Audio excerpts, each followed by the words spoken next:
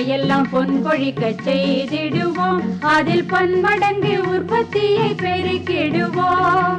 பண்ணையெல்லாம் பொன் கொழிக்க செய்திடுவோம், அதில் பன்மடங்கு உற்பத்தியை பெருக்கிடுவோம். உழவர் உலகம். கண்மணி பொல்லல் மணியை வளர்த்திடவே நாடும் கருத்துரைக்கும் ஒளிபரப்பை கேட்டிடுவோம். கண்மணி பொல்லல் மணியை வளர்த்திடவே நாடும் கருத்துரைக்கும் ஒளிபரப்பை கேட்டிடுவோம். ஏன் மருதாணி அக்கா, இன்னும் வேப்பங்குச்சியில பல் தொழுக்கிறத நீங்க மறக்கலையா என்ன? வா பொன்னி, நல்ல விஷயத்த நான் ஏன் மறக்கணும் புள்ள? என் தாத்தா பாட்டிக்கு 90 வயசாகுது. அவங்க இன்னும் ஆரோக்கியமா வாழ்ந்துட்டு வராங்க. அவங்க எனக்கு சொன்ன வழிமுறைகளை இன்னைக்கும் நான் கடைபிடிச்சிட்டு வரேன். அதுவும் இல்லாம என் பிள்ளைகளுக்கும் சொல்லி கொடுக்கறேன். அதுவும் சரிதான். உங்களை மட்டுமா நீங்க ஆரோக்கியமா வச்சிருக்கீங்க, உங்க வயக்காட்டு மண்ணையும் வளமால வச்சிருக்கீங்க. எந்த விதை விதைச்சாலும் செழுமையா வளர்ந்து பூவும் காயும் பழம்னு சந்தை வியாபாரத்து வரைக்கும் வந்து களை கட்டுது. ஆமா பொன்னி, நீ சொல்றதும் சரிதான். இன்னைக்கு எங்க விவசாய நிலம் வளமா இருக்குன்னா அதுக்கு காரணம் நம்ம முன்னோர்கள் கடைபிடிச்ச இயற்கை முறை விவசாயம்தான். நாங்களும் இயற்கை முறை விவசாயத்தை கடைபிடிச்சுக்கிட்டு வரோம். அதனாலதான் நம்ம பூமி தாயானவங்க நமக்கு பசிப்பிணி இல்லாம மனிதர்களை பாதுகாக்கும் கேடயமா இருக்காங்க. ஆமா மருதாணி அக்கா, பசி வந்தா 10 பறந்து போகும்னு சும்மாவா சொன்னாங்க? ஒரு நேரம் சாப்பிடலனாலும் தலையே சுத்துறா போல எல்லாம் இருக்கு. ஆமா பொன்னி, இன்னைய காலகட்டத்தில் இயற்கை முறை விவசாயம் செய்ய நிறைய விவசாயிங்க ஆர்வம் காட்டி வராங்க. அது மட்டும் இல்லாம உண்ணும் உணவு சத்தானதா இருக்கணும்னு எல்லாரும் விரும்புறாங்க. மருதாணி அக்கா, எனக்கும் உங்களை போல இயற்கையான முறையில் விவசாயம் பார்க்கணும்னு ஆசையாக தான் இருக்கு. இருந்தாலும் அதை பற்றி போதிய விவரம் எதுவும் தெரியாததுனால கொஞ்சம் தடுமாற்றமாகவும் இருக்கு. இப்போ என்ன பொன்னி, உனக்கு விவரம் தெரியணும் அம்புட்டு தானே? என் கூட வா. எங்கே கூட்டிகிட்டு போறீங்கக்கா? நம்ம ஊரில் விவசாயம் கூட்டம் நடக்க போகுது. அங்கன விவசாயம் சம்பந்தமான பல பயனுள்ள தகவல்களை சொல்ல போகிறாங்க. உடனே போய் அவங்க என்ன சொல்கிறாங்கன்னு கேட்டு தெரிஞ்சுப்போம். நல்ல விஷயத்த சொல்லியிருக்கீங்கக்கா, வாங்க போவோம்.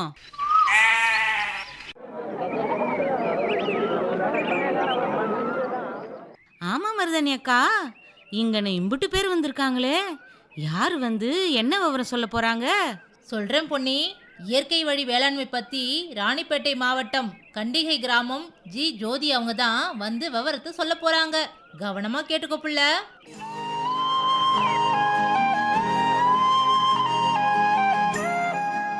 விவசாயத்தில் என்னென்ன பயிர்கள்லாம் சாகுபடி செய்கிறீங்க? நெல் பயிர் மட்டும்தான் சார். நெல் மட்டும்? இயற்கை முறையில் பண்ணுறேன் சார். எத்தனை போகம் சாகுபடி செய்கிறீங்க? இயற்கை முறையில் வந்து 2 போகம் பண்ணுறேன் சார். இப்போ இயற்கை முறைக்கு எப்போ மாறினீங்க? எவ்வளோ நாள் அந்த இயற்கை விவசாயம் அப்படிங்கிறத பண்ணிகிட்ருக்கீங்க? இயற்கை விவசாயத்துக்கு வந்து நான் 2018 மாற்றேன் சார். இந்த இயற்கை விவசாயம் செய்ய ஆரம்பிக்கிறதுக்கு முன்னாடி எப்படி என்ன மாதிரி நீங்கள் விவசாயம் பண்ணிகிட்டு இருந்தீங்க?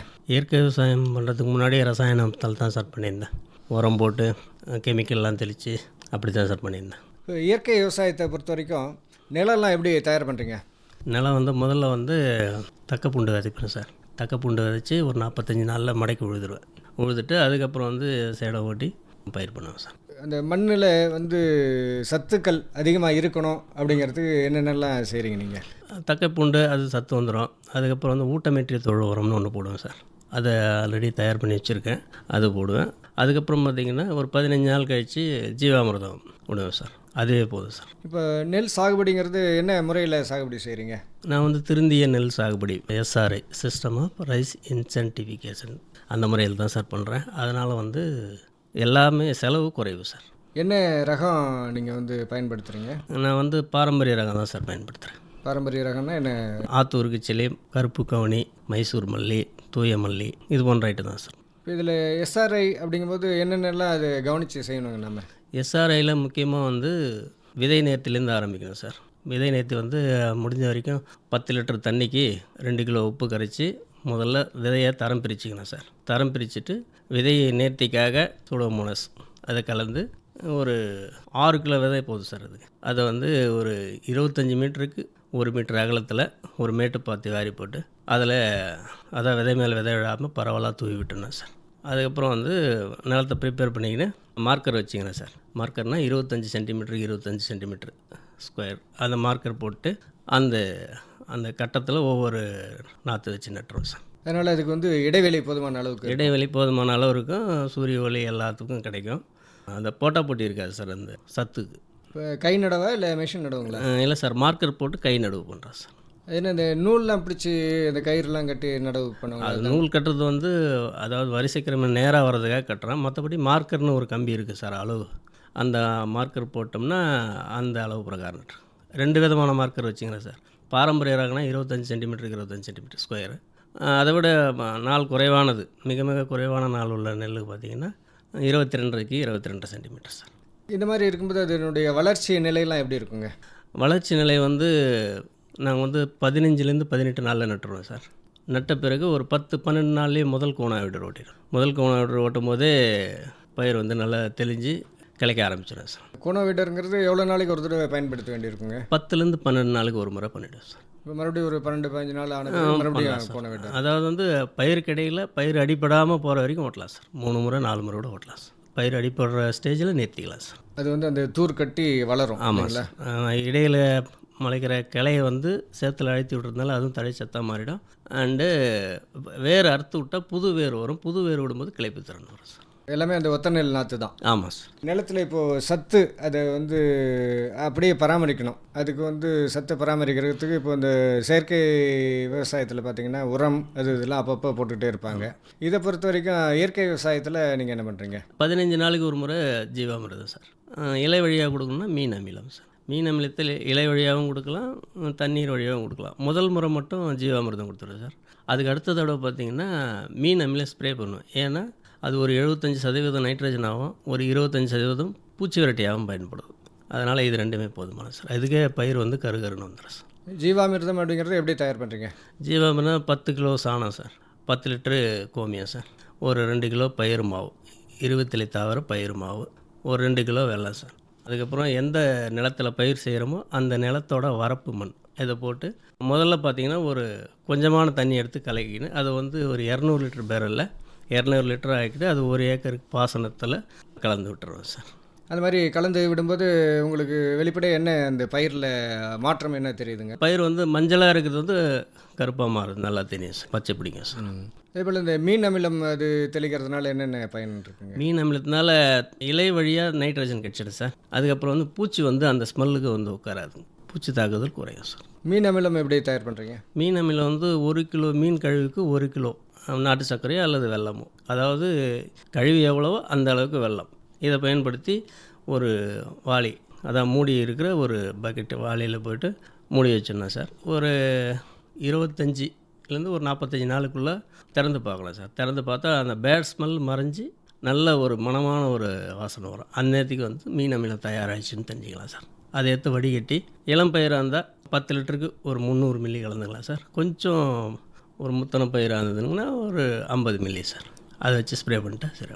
அதனால் இப்போது நோய் மற்றும் இந்த பூச்சி தாக்குதல் அப்படிங்கிறது நிறைய நெல் பயிரில் விவசாயிகள் சந்திக்கிற ஒரு பிரச்சனையாக இருக்கும்போது இந்த இயற்கை விவசாயத்தை பொறுத்த வரைக்கும் இதை எப்படி நீங்கள் கையாளுறீங்க?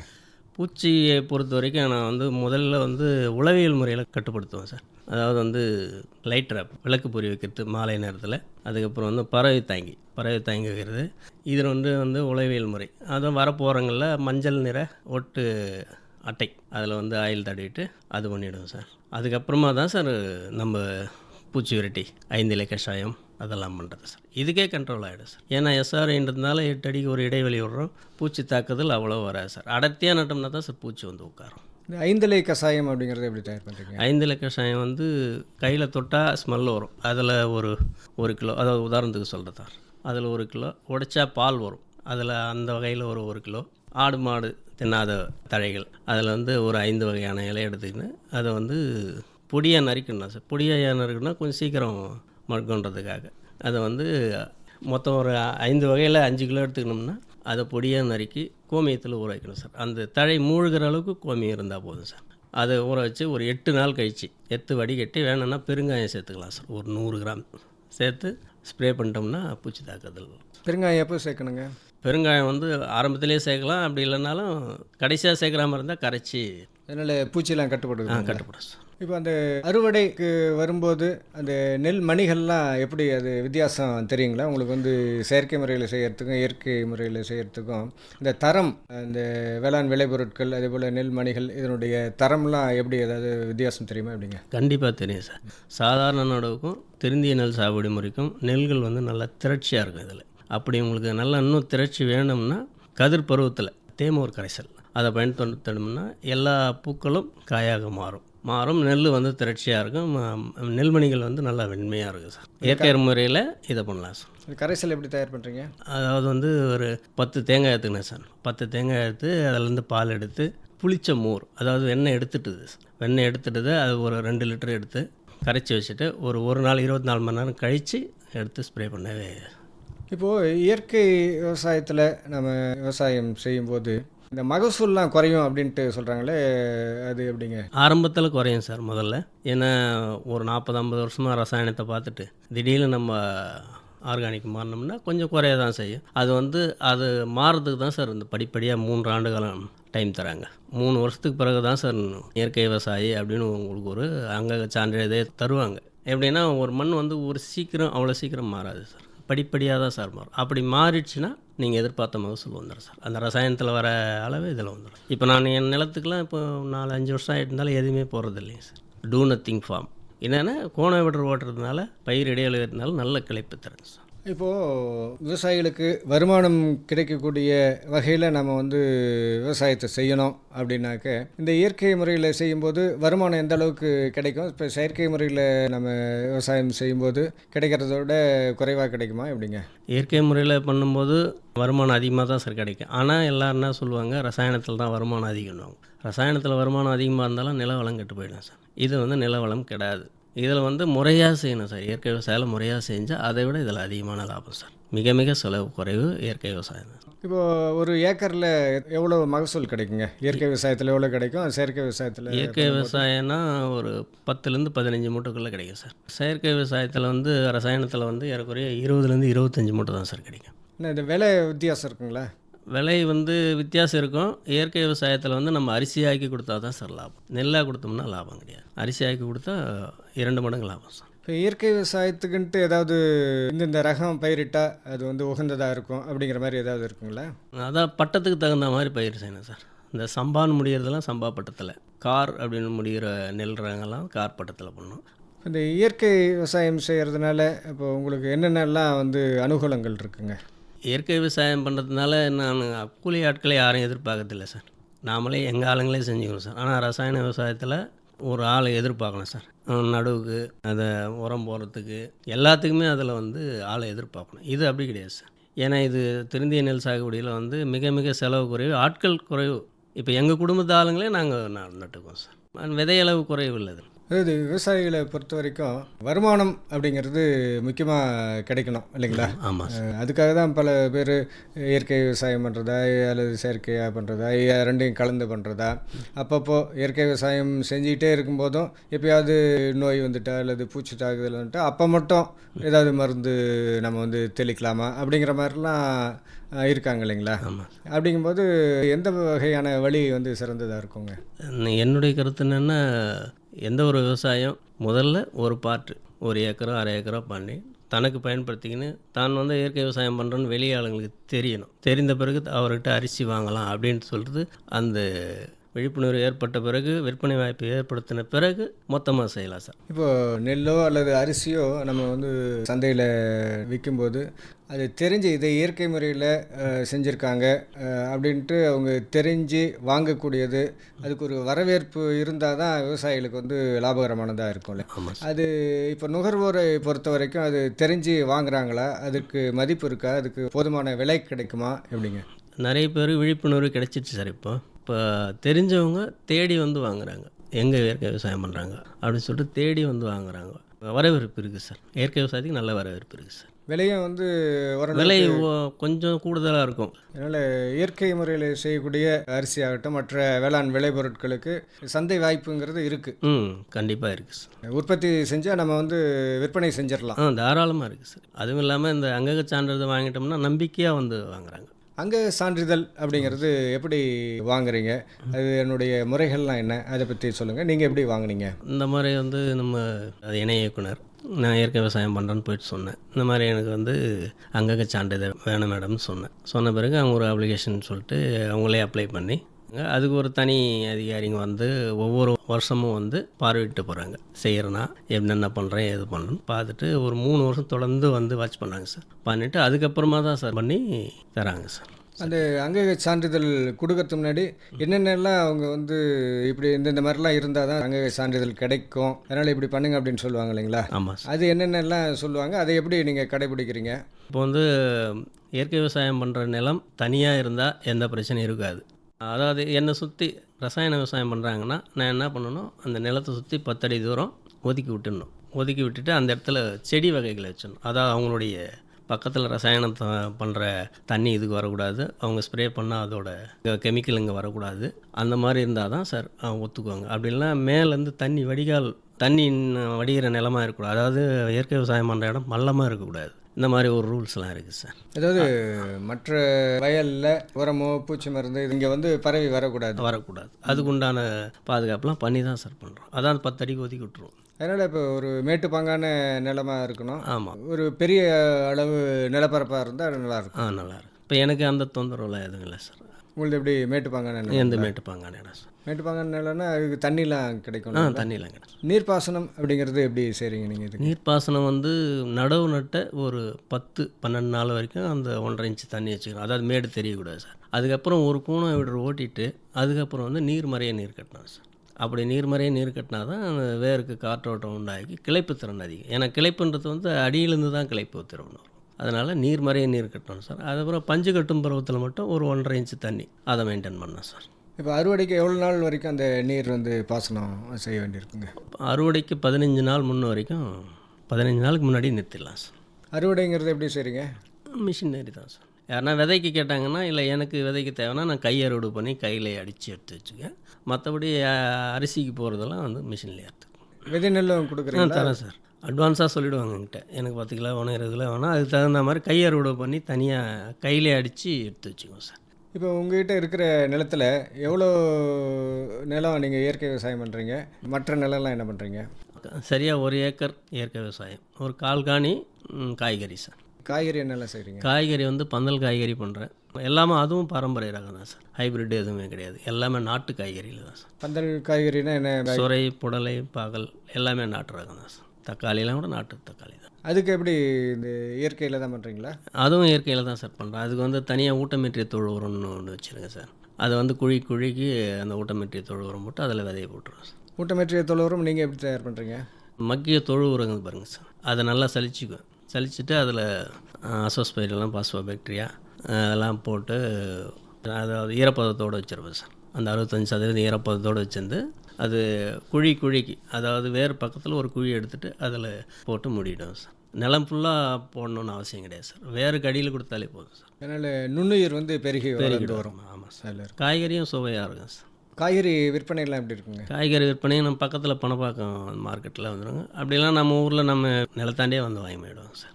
இப்போ இருக்கிற நிலத்தில் நீங்கள் 1 ஏக்கர் மட்டும் இந்த இயற்கை விவசாயத்தில் செய்கிறீங்க, மற்ற எல்லாமே செய்யலாம் இல்லைங்களா? புனல் இயற்கை விவசாயிகள் கூட்டமைப்புன்னு ஒன்று ஏற்படுத்தியிருக்கோம். அது வந்து பணப்பாக்கத்தில் வாரம் சந்தை போட்டு இன்னும் கொஞ்சம் டெவலப் பண்ணிட்டோம்னா கொஞ்சம் கொஞ்சமாக இன்க்ரீஸ் பண்ணிங்க சார். இப்போ இந்த இயற்கை விவசாயத்தில் நீங்கள் வந்து விளைபொருட்கள்லாம் விளைவிக்கிறீங்க அப்படிங்கிறதுக்கு அந்த சான்றிதழ் கொடுக்குறாங்க இல்லைங்களா? இயற்கை விவசாயி இது இயற்கையான பொருட்கள் அப்படிங்கிறதுக்கு சான்றிதழ் கொடுக்குறாங்க. ஆமாம். இயற்கை சான்றிதழ் கொடுக்குற மாதிரி கள ஆய்வு, அதாவது பண்ணையை வந்து பார்த்துட்டு ஆய்வு செய்வாங்க. வராங்க சார். வருஷத்துக்கு ஒரு அதிகாரி வராங்க சார். அது எந்த பயிர் எந்த நிலையில் இருக்கும்போது வராங்க? பயிர் ஸ்டேஜ்லேயும் வராங்க. நிலம் புழுதாக ஓட்டி வச்சுருப்பாருங்க, அப்போவும் வந்து பார்க்குறாங்க. இப்போ என்ன ஸ்டேஜில் இருக்குது எனக்கு இன்ஃபார்ம் பண்ணுங்கள் அப்படின்னு சொல்லிட்டு அவங்க பார்த்துட்டு போகிறாங்க சார். அவங்க ஆய்வு செய்கிறதுங்கிறது மண் எடுத்து ஆய்வு செய்வாங்க? ஆமாம் சார். மண். இந்த இயற்கை சான்றிதழ் அதை வைத்து இந்த ஏற்றுமதியெல்லாம் சில விவசாயிகள் பெரிய அளவில் செஞ்சு தொடர்ந்து செய்யும்போது ஏற்றுமதி வாய்ப்புகள்லாம் இருக்கா? என்ன மாதிரி இருக்குது சார். தாராளமாக செய்யலாம். இந்த இயற்கை விவசாயிகளை ஊக்குவிக்கிறதுக்கு இந்த விருதுகள்லாம் வழங்கப்படுது இல்லைங்களா? ஆமாம் சார். அதெல்லாம் ஏதாவது நீங்கள் முயற்சி செய்கிறீங்களா?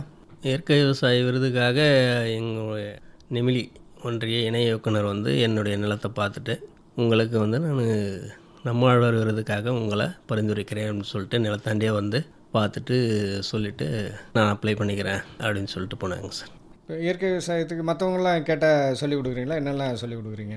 எல்லாருக்கும் சொல்லிக் கொடுக்குறேன் சார். நான் அதே சமயம் அது எஸ்ஆர்ஐ திருந்திய நெல் சாகுபடியில் பண்ணால் தான் உங்களுக்கு வந்து லாபம் அப்படின்னு சொல்லியும் தரேன், போய் செஞ்சு கொடுத்துட்டும் வரேன். என்ன கேட்டால் நம்மகிட்ட 2 டீம் இருக்காங்க, நடுவு டீமு, போய் நடுவு போட்டு கொடுத்துட்டு அவங்களுக்கு ஆலோசனை சொல்லிட்டு.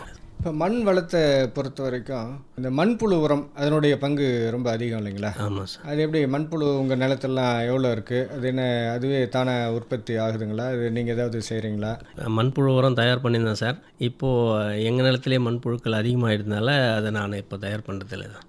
மண்புழு உரம் மிக மிக நல்லது தான் சார். அதில் நுண்ணூட்டச்சத்துக்கள் அதிகம் சார். இப்போ எங்கள் நிலத்தில் நான் மண்புழுக்கள் போதுமான அளவு இருக்குது சார். 3 வருஷம் தொடர்ந்து ரசாயனத்தை பார்க்காம பண்ணிட்டோம்னா அந்த நிலம் வந்து பண்பட்டுடும் சார், மாறிடும் சார். நல்ல வளமான வளமான மண்ணாடு. அதுக்கப்புறம் இடுபொருள் குறைச்சிக்கலாம் சார்.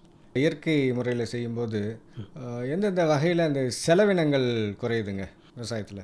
இயற்கை முறையில் செய்யும்போது பார்த்திங்கன்னா, ஒன்று எஸ்ஆர்ஐ முறை நேரத்தினால விதையளவும் குறையுது சார், இடுபொருளும் குறையுது, கூலி ஆட்கள் அது குறையுது, பூச்சி மருந்து செலவு அது குறையுது, எல்லாமே குறைவு தான் சார். செயற்கை உரங்களும் போட தேவையில்லை. செயற்கை அவசியம் தான் சார். உரங்கள் செலவு ஒரு செலவும் குறைவு தான். இப்போ மண் வளத்தை பாதுகாக்கிறதுக்கு இப்போது நெல் பயிர்னா நெல் பயிரே தொடர்ந்து பண்ணிட்டோன்னா அந்த மண் வளம் குறையும் அப்படின்னு சொல்கிறாங்க இல்லைங்களா? குறையும். அதனால் வேறு பயிர்கள்லாம் செஞ்சால் இப்போது பயிர் வகை பயிர்கள்லாம் மாற்றி நாம் செய்யும்போது மண் வளம் கூடுன்ட்டு சொல்கிறாங்களே, அந்த மாதிரிலாம் எதுவும் செய்கிறீங்களா? ஆமாம் சார், பயிர் சுழற்சி பண்ணால் தான் சார் நல்லாயிருக்கும். நான் இயற்கை முறையில் அப்படி தான் சார் பண்ணுறேன். அறுவடை முடிந்த உடனே உளுந்து விதைக்கிறது, மற்றபடி போன வருடம் பார்த்திங்கன்னா கம்பு சோளம் விதைச்சிருந்தேன், அதுவும் நல்ல மகசூல்.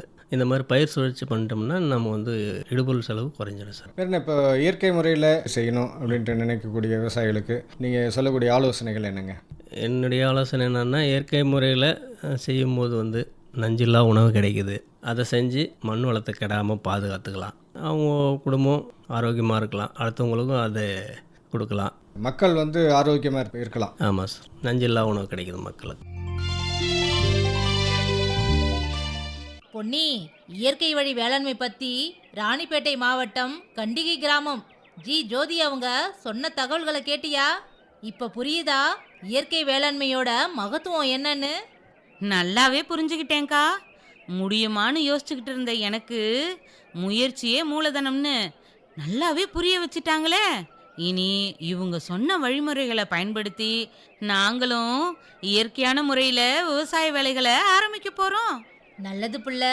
உழவு தொழில் உங்களுக்கு ரெட்டிப்பு மகசூலும் 3 மடங்கு லாபத்தையும் கொடுக்கட்டும்.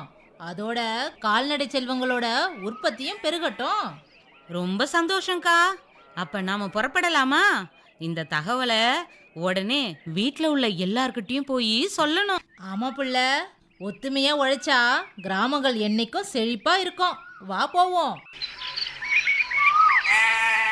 இயற்கையின் வழியிலே சென்று நாம் இனிமேலே விவசாயம் செய்வோம். செயற்கையாய் வாழ்ந்தது போதும், நாம் சிந்தித்து திசை மாற வேண்டும். நீடித்த வேளாண்மை வேண்டும், இங்கு நிலையான வேளாண்மை வேண்டும்.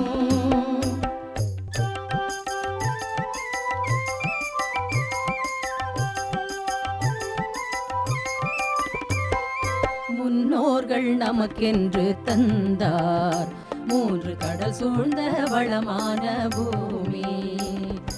எந்நாளும் அதை போற்றி காத்து இனி வருவோர்க்கு வழங்குதல் வேண்டும். நீடித்த வேளாண்மை வேண்டும், இங்கு நிலையான வேளாண்மை வேண்டும்.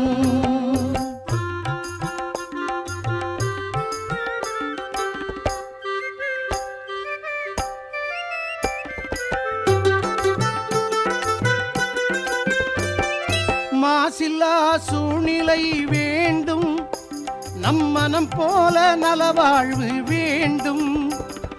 இயற்கையின் வளம் காக்க வேண்டும், வாழ்வை எல்லோரும் கொண்டாட வேண்டும். நீடித்த வேளாண்மை வேண்டும், இங்கு நிலையான வேளாண்மை வேண்டும். இனி தொடர்வது வேளாண் செய்திகள். நெற்பயிரில் பாசிகளால் ஏற்படும் பாதிப்புகளை தவிர்த்தல் பற்றி தெரிந்து கொள்வோம். சுமார் 70% மக்கள் விவசாயம் மற்றும் அதன் தொடர்புடைய பணிகளில் ஈடுபட்டு வருகின்றனர். குறுவை மற்றும் சம்பா போன்ற அனைத்து பருவங்களிலும் நெற்பயிரே முக்கியமாக சாகுபடி செய்யப்படுகிறது. நெற்பயிரில் பாசிகளால் பாதிப்பு ஏற்பட்டு விளைச்சல் குறைவதும், குறுவை பருவத்தில் இந்த பாசிகளின் தாக்கம் அதிகளவில் உள்ளதும் கண்டறியப்பட்டுள்ளது.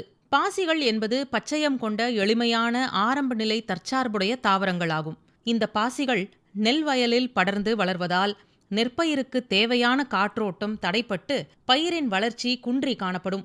நாற்றாங்கால், நேரடி நெல் விதைப்பு மற்றும் நடவு வயல்களில், குறிப்பாக களர் மற்றும் உவர் நிலங்களில் அடியுரமாக பாஸ்பேட் உரங்களான DAP கலப்பு உரம் மற்றும் சூப்பர் பாஸ்பேட் அதிகம் பயன்படுத்தப்படுவதால் பாசிகள் பெருக்கமடைந்து அதன் மூலம் ஹைட்ரஜன் சல்பைடு வாயு வெளியேறுவதனால் நாற்றுகள் கருகும் நிலை ஏற்படுகிறது.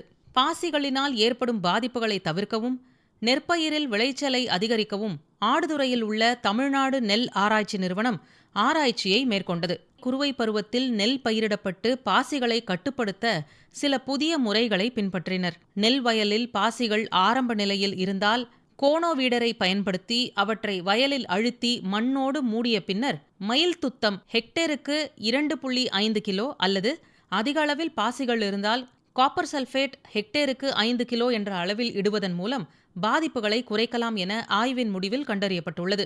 மேலும் வயலில் நீரை வடிகட்டிய பிறகு 0.5% மயில் துத்த கரைசலை, அதாவது 5 கிராம் என்ற அளவில் 1 லிட்டர் தண்ணீரில் கலந்து தெளிக்க வேண்டும். பிறகு பாசிகள் தென்பட்டால் 10 முதல் 15 நாட்கள் இடைவெளியில் மேலும் ஒரு முறை தெளித்து நெற்பயிரை பாசியின் பாதிப்பிலிருந்து பாதுகாக்கலாம். ஆய்வின்படி பாசிகள் உவர் மண்ணில்தான் அதிகம் பெருகும் என்றும் அவற்றை சரி செய்ய காப்பர் சல்பேட் இட வேண்டும் என்றும் பரிந்துரைக்கப்பட்டது. மேலாண்மை முறைகள் என்னென்ன என்பதை இப்போது தெரிந்து கொள்ளலாம். உப்புத்தன்மை உள்ள ஆழ்துளை கிணறு நீர் மற்றும் கிணற்று நீரை பயன்படுத்துவதை தவிர்க்க வேண்டும். ஆற்று தண்ணீரை பயன்படுத்துவது நல்லது. பாசிகள் உவர் நிலங்களில் அதிகமாக வளர்வதால் கோடை உழவோடு நெல் நடவுக்கு முன்னர் ஹெக்டேருக்கு 250 கிலோ ஜிப்சம் இட்டு சேடை உழவு செய்து மறுநாள் நீரை வடிகட்டலாம். மண்ணில் கரிமத்தன்மையை அதிகரித்து காரத்தன்மையை சமநிலைப்படுத்த நன்கு மக்கிய இயற்கை எரு 5 முதல் 7.5 டன் அல்லது பசுந்தாள் பசுந்தழை உரம் இடலாம். நுண்ணுயிர் உரங்களை இடுதல் மற்றும் பயிர் சுழற்சி செய்வதன் மூலமும் நெல் நடவு வயல்களில் வளரும் பாசிகளினால் ஏற்படும் விளைச்சல் மற்றும் வருவாய் இழப்பை குறைக்கலாம். ஒவ்வொரு 5 அல்லது 7 நாட்களுக்கு ஒருமுறை திறன்மிகு நுண்ணுயிரி கரைச்சலை 2 லிட்டர் என்ற அளவில் 200 லிட்டர் தண்ணீரில் பாசனத்துடன் கலந்து கொடுக்கலாம்.